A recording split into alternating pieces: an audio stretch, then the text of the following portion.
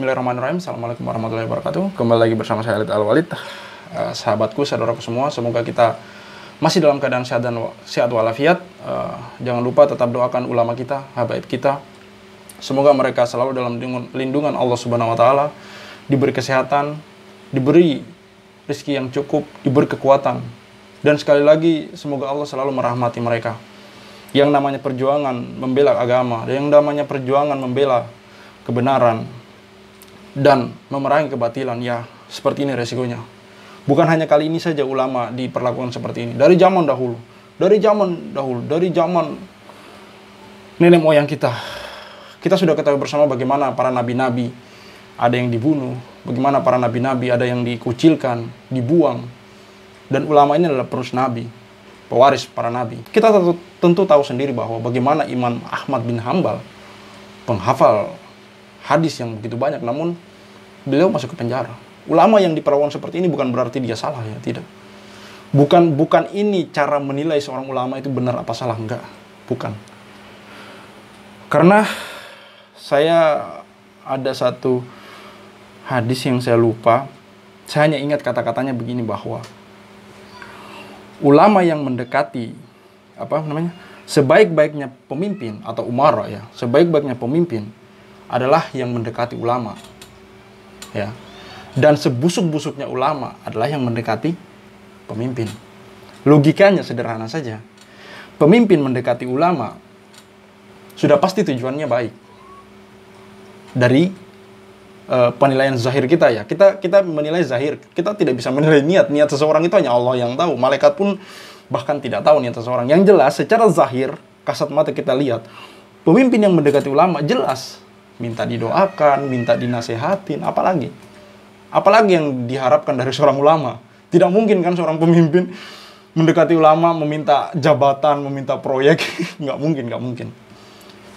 Justru sebaliknya, ketika ulama mendekati pemimpin, apalagi yang mau diminta? Apalagi yang mau diminta? Selain kawan-kawan sudah bisa tahu sendirilah. Oke, kali ini saya akan menonton atau mereaction, mereview atau apalah video rekaman dari persidangan Habib Rizik baru saja tadi siang, ya. Kurang lebih 15 menit, ya. Kita akan nonton bersama bagaimana saksi ahli di sini yang dihadirkan di persidangan ini menjelaskan masalah kasus prokes dari ulama kita Habib Rizik Syihab. Tadi ada pernyataan yang sangat menarik, saya simak. Tadi Anda mengatakan kerumunan keagamaan yang dianggap sebagai kejahatan itu hanya yang tidak waras. Nah, jadi ini saya mau tanyakan sekarang, apabila suatu pelanggaran prokes, yang tadi sudah kita katakan itu pelanggaran, bukan kejahatan. Jadi Anda katakan begitu.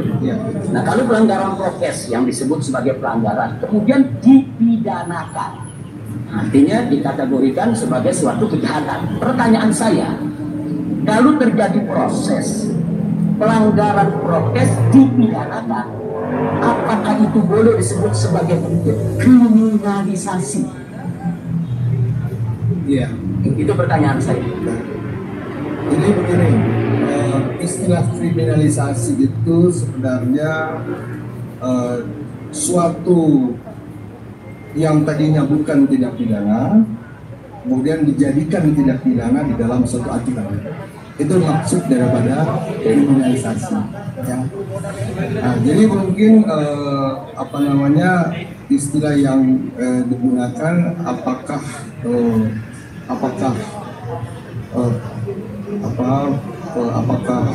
protokol kesehatan yang dilanggar itu dapat dipidana saja. Ya.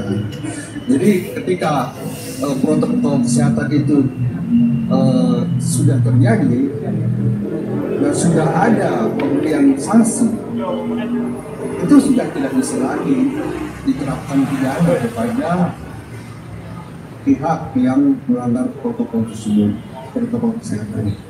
Gitu. Ya, jadi tadi perbuatan yang tadinya bukan pidana, tapi kemudian dijadikan pidana dan berdasarkan dalam aturan. Ya, itu kriminalisasi. Baik, saya pikir itu aja yang saya mau tanyakan. Terima kasih, Dokter. Oke, jadi di sini saksi ahli ini mengatakan bahwa untuk pelanggaran prokes ini ketika sudah mendapatkan sanksi maka tidak perlu lagi diberikan pidana. Oke, sampai sini clear ya. Kita lanjutkan. Saudara Dr. Dian, selanjutnya saya panggil saudara sebagai ahli ya. Iya. Ahli tadi menjelaskan terkait pasal 160 yang disimpulkan pasal 93 atau ketentuan protokol kesehatan ya. Di mana ada perubahan jenis delik sebelum dan sesudah putusan MK ya. Di mana sebelum atau putusan MK itu merupakan delik formal dan setelahnya adalah delik material. Iya. Artinya ahli tadi bahwa menyampaikan bahwa apa yang dihasilkan itu harus dibuktikan dulu ya. Tidak salah ya. Nah, pertanyaannya adalah apakah untuk material dari apa yang dihasilkan di 160 atau karena dalam hal ini konteks ini adalah protokol kesehatan itu harus diajukan bersama-sama dengan, kalau tadi ahli sebelumnya merupakan predikat klaimnya kemudian delik utamanya, atau bisa belakangan atau tidak harus atau bagaimana menurut. Iya. Begini, pasal 160 dan pasal 93 Undang-Undang Karantina itu sebenarnya dua hal atau dua perbuatan yang terpisah, ya. Jadi harus dibuktikan salah satu-satu yang mana yang dapat terpenuhi pembuktian mengenai unsur deliknya. Jadi tidak bisa digabung-gabungkan itu, ya. Pasal 160 ya yang tadi dikatakan sebagai pasal penghasutan itu adalah delik material, yang artinya apa? Ya, dalam delik material ini harus bisa dibuktikan akibatnya. Nah, itu harus dilihat seperti itu. Begitu pula ya di dalam pasal 93 ya. Nah, itu juga saya kira kalau dalam pasal 93 belum ada dari putusan Mahkamah Konstitusi. Jadi itu dua hal yang berbeda. Artinya dua-duanya harus dibuktikan ya. Apakah pembuktiannya itu harus bersama-sama atau belakangan? Saya ambil contoh hari ini 480 penadahan kan tidak harus dibuktikan atau diajukan bersama-sama. Kan ada satu delik tapi ada predikat lainnya. Undang-undang money laundering terkait dengan predikat lain yang banyak itu kan tidak harus bersama-sama dibuktikan. Apakah 160 ini setelah putusan MK apakah juga begitu? Jadi 160 menurut pemikiran saya ya itu ditujukan atau norm adresatnya adalah orang yang menghasut, ya, orang yang menghasut. Jadi orang yang menghasut itu ya itu nanti bisa dilihat apakah ada akibatnya atau tidak. Yang kita tahu yang paling jelas di depan mata kita ketika Donald Trump mengatakan bahwa pemilu Amerika itu curang dan ternyata terjadi penipuan. Nah, itu yang sebenarnya yang dimaksud dalam pengertian penghasutan itu. Jadi penghasutan itu harus ada fakta bahwa terjadi akibat daripada perbuatan tersebut. Hanya sekedar faktanya ada gitu ya, ya. Atau bisa begitu, atau harus ada pidananya dulu terkait prokes baru bisa dituntut penghasutan. Ini saya katakan tadi dua hal yang berbeda. Jadi pasal 160 itu satu delik tersendiri dan pasal 93 juga dari tersendiri. Izinnya ya, saya bacakan ketentuan pasal 160 barang siapa di muka umum tulisan atau tulisan menghasut supaya melakukan perbuatan pidana. Nah, saya batasi sampai perbuatan pidana. Tadi pengertian perbuatan pidana ini sampai sejauh mana? Apakah harus ada diputus pengadilan atau terbukti di persidangan karena perbuatan pelanggaran protokol kesehatan itu ada atau bagaimana? Sebenarnya kalau memang mau dikaitkan, tapi saya katakan tadi tidak ada kaitannya sebenarnya. Tapi kalau mau dikaitkan, ya pelanggaran protokol kesehatan itu adalah suatu bentuk pelanggaran, ya. Tetapi kalau di dalam 160 itu kejahatan, jadi tidak tepat itu, tidak tepat disandingkan pasal 160 dengan pasal 160 KUHP dengan pasal 93. Kalau bisa dijelaskan pelanggaran yang dimaksud administrasi yang tadi saya bilang dengan perbuatan pidana yang dimaksud dengan 160 tadi, kami masih belum. Maksudnya kalau kami beranggapan bahwa perbuatan pidana adalah yang diancam 1 tahun, itu sesuai dengan perbuatan pidana. Pelanggaran yang di bawah 1 tahun, bisa Anda jelaskan? Begini ya, pasal 160 di situ ada perbuatan yang dilakukan di muka umum, ya. Kemudian secara lisan atau tulisan, ya. Nah, di sini menghasut supaya melakukan tindak pidana. Tindak pidana yang dimaksud itu ada kejahatan. Misalnya apa? Misalnya pada kerumunan tersebut ada upaya misalnya merusak suatu bangunan misalnya. Setelah selesai kerumunan langsung menyerbu menyerbu sebuah bangunan, rusak. Itu contoh sederhana. Sedangkan kalau pelanggaran, ya, pelanggaran di sini kan delik undang-undang, ya. Jadi bukan sesuatu yang jahat atau indah gitu aja, dan itu langsung dikenakan sanksi denda. Jadi sebenarnya sudah selesai urusan sanksi yang diberikan kepada pelaku kerumunan seperti itu. Gitu. Bagaimana pendapat ahli terkait undang-undang prokes yang mengatur ancaman pidana selain ancaman denda, yang saudara ahli tadi katakan bahwa kalau administrasi adalah pelanggaran namanya bersifat administrasi. Jadi di dalam tadi saya katakan ada 3 sumber hukum, dan sumber hukum yang ketiga ini yaitu adalah ketentuan administrasi yang memuat sanksi pidana, ya. Nah, di situ berlaku ultimum remedium. Nah, ketika ultimum remedium ini dijalankan, itu harus dikedepankan terlebih dahulu ketentuan administrasi.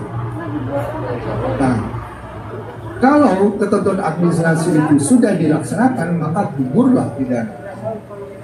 Ya, gugurlah pidana. Jadi pemidanaan itu tidak harus dilakukan, ya, ketika pemenuhan sanksi administrasi sudah dilakukan.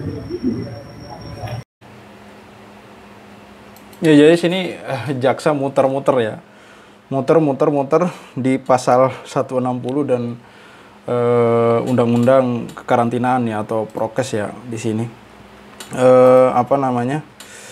Di pasal 160 KUHP sendiri berbunyi, barang siapa di muka umum dengan lisan atau tulisan menghasut supaya melakukan perbuatan pidana, melakukan kekerasan terhadap penguasa umum atau tidak menuruti baik ketentuan undang-undang maupun perintah jabatan yang diberikan berdasarkan ketentuan undang-undang diancam dengan pidana. Nah, di sini saksi ahli tadi menjelaskan bahwa 160 dan undang-undang kekarantinaan itu terpisah, itu undang-undang yang terpisah ya. Di mana 160 KUHP dijelaskan oleh saksi ahli tadi bahwa dia harus terlihat secara jelas menghasutnya di mana, misalkan setelah ada hasutan, kemudian yang dihasut ini atau masa itu berbondong-bondong, misalkan menggeruduk rumah siapa atau siapa, nah itu baru mungkin. Seperti itu yang dijelaskan oleh saksi ahli tadi.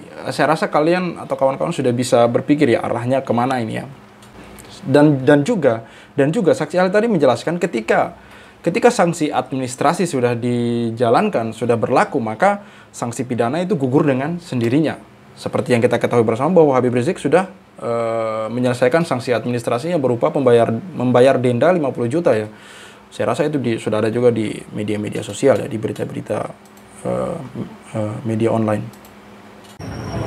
Jadi pengertian perbuatan pidana dalam pasal 160 itu yang mana? Apakah yang diatur di dalam KUHP atau termasuk juga di luar KUHP, termasuk yang menurut ahli tadi adalah pelanggaran administrasi yang memuat aturan pidana atau memuat ketentuan pidana?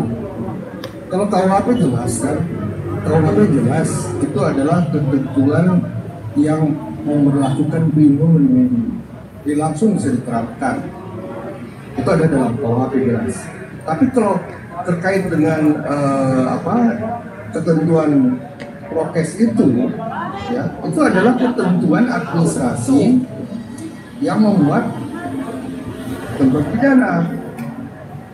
Di dalam pasal-pasal tersebut itu bisa dilihat di situ ada denda, ya, ada ketentuan pidana. Jadi sebenarnya di dalam ketentuan prokes itu berlaku ultimum remedium. Tadi saya sudah jelaskan itu. Artinya bahwa termasuk juga prokes Undang-Undang Karantina Kesehatan dicontohkan pasal 160 ya. Saya tadi jelaskan bahwa itu dua hal yang berbeda ya, jadi nggak bisa dikaitkan. Artinya bahwa Undang-Undang Protokol Kesehatan kan ada ketentuan pidananya, dan ketentuan pidana itu di atas atau 1 tahun. Bagaimana pendapat Anda? Iya, tapi saya sudah jelaskan dari tadi bahwa ketentuan prokes itu adalah ketentuan yang berdiri sendiri, dan di situ berlaku ultimum remedium. Ya lagi-lagi di sini saksi ahli ya sebenarnya sudah menegaskan bahwa sudah dijelaskan bahwa antara pasal 160 dan Undang-Undang Prokes itu dua hal yang terpisah ya. Dan Undang-Undang Prokes itu ketika sanksi administrasi sudah dijalankan, maka dengan sendirinya sanksi pidana gugur ya. Oke, kita lanjut lagi. Ada lagi penegasan ahli, ya. Ahli tadi mengatakan bahwa perbuatan pidana itu ada yang diatur dalam KUHP pidana dan ada yang diatur dalam undang-undang administrasi yang bersanksi pidana, betul kan? Nah, jadi ada undang-undang seperti undang ITE, itu merupakan tindak pidana enggak?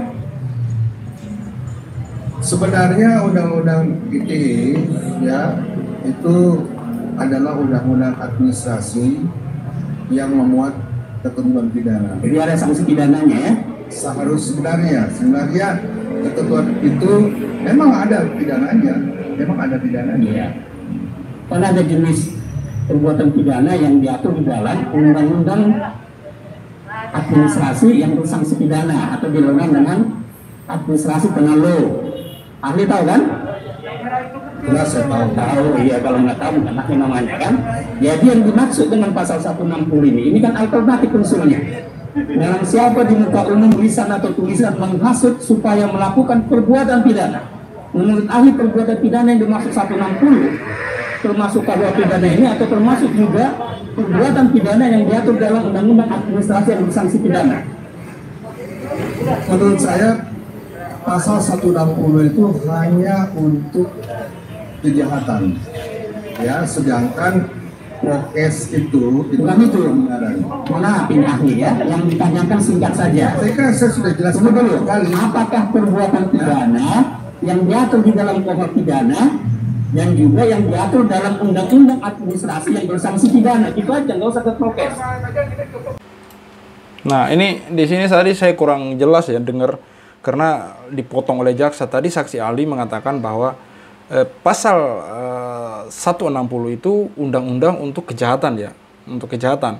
Sementara prokes, nah terpotong di situ tadi. Terpotong di situ tadi. Maksudnya sementara pelanggaran prokes, apakah dia mau bilang bukan kejahatan gitu ya, apa gimana gitu. Jadi sudah dijawab itu ya, itu kan nanti Cukup jelas disampaikan oleh ahli. disandingkan dengan ini tadi dia balik tingkatan pengelompokan sumber hukum pidana ini. Jadi KUHP, kemudian ketentuan pidana mungkin dimaksud di luar KUHP barangkali itu ya. Iya. Dari di luar KUHP. Nah, itu coba. Anda ini sudah dijawab tadi, makanya berulang-ulang juga nanti jadi juga nggak dicerna ini penjelasannya. Pendapat ahli ini sih yang mulia, karena menyebut undang-undang prokes sebagai pelanggaran. Ya sudah, pendapatnya seperti itu. Pendapatnya seperti itu ya. Nanti bertanya aja. KUHP gitu loh. Nah, diam dulu Pak pada satu ya, sebentar dulu. Jangan dipotong dulu. Ya. Begitulah pendapatnya, jangan kita jangan dipaksa. Ya di sini sampai hakim ikut turun menengahi ya, karena jaksa terlihat ngotot ya. Ya itu pendapat dari ahli gitu loh, nggak usah dipaksain muter-muter. Di situ ahli sudah mengeluarkan pendapatnya bahwa pasal 160 yang diperuntukkan untuk Habib Rizik itu untuk kejahatan yang dimaksud oleh saksi ahli ini. Berbeda dengan pelanggaran prokes. Oke, seperti itulah peliknya sebuah sidang pelanggaran protokol kesehatan. Saksi sudah menjelaskan berulang-ulang, namun berulang-ulang pula jaksa menanyakan hal yang sebenarnya sama, hanya berputar-putar di situ saja. Pasal 160, undang-undang prokes lah, apalah. Untuk mencoba memasukkan 160 pasal 160 KUHP, sementara di sini saksi ahli tetap dalam pendiriannya bahwa 160 ini untuk kejahatan, tindak pidana kejahatan. Oke, kawan-kawan sepertinya sudah paham lah bagaimana persidangan ini arahnya kemana gitu. Saya juga berulang-ulang dalam video saya, banyak ya pelanggaran lain, banyak kasus kerumunan di tempat lain, di titik lain selain Habib Rizik Syihab ini, selain yang diadakan di Petamburan Maulid Nabi ya. Dan kita juga ketahui bersama kemarin ternyata pernikahan anak Habib Rizik itu merupakan rangkaian dari Maulid Nabi. Jadi ibaratnya dia hanya sub acara kecil di dalam Maulid Nabi, dimasukkan ke situ, disisipkan ke situ. Jadi itu ternyata bukan acara pernikahan Habib Rizik, anak Habib Rizik. Itu ternyata acara Maulid Nabi yang disertakan pernikahan di situ gitu. Banyak hal saya belajar dari persidangan ini. Saya juga kemudian belajar dari menonton persidangan ini. Ada hikmah di sini, jadi banyak tahu tentang Habib Rizik Syihab, kecerdasan Habib Rizik Syihab. Saya rasa cukup sekian dari video saya. Untuk sebagai saran saja teman-teman nonton video ini menggunakan headset ya, karena memang suara dari persidangan ini tidak jelas ya. Mungkin semua dari sidang-sidang Habib Rizik ini videonya tidak jelas suaranya maupun gambar ya. Jadi untuk video ini saya harap pakai headset ya. Ini saya sudah coba untuk mengedit noise reduction-nya ya. Coba hilangkan, tapi ya namanya filenya sudah formatnya sudah MP4 ya. Jadi sudah sulit untuk dihilangkan noise reduction-nya. Formatnya harusnya WAV ya. Tapi masalahnya ini sudah jadi. Dari sananya memang jelek suaranya karena ini direkam dari layar monitor ya.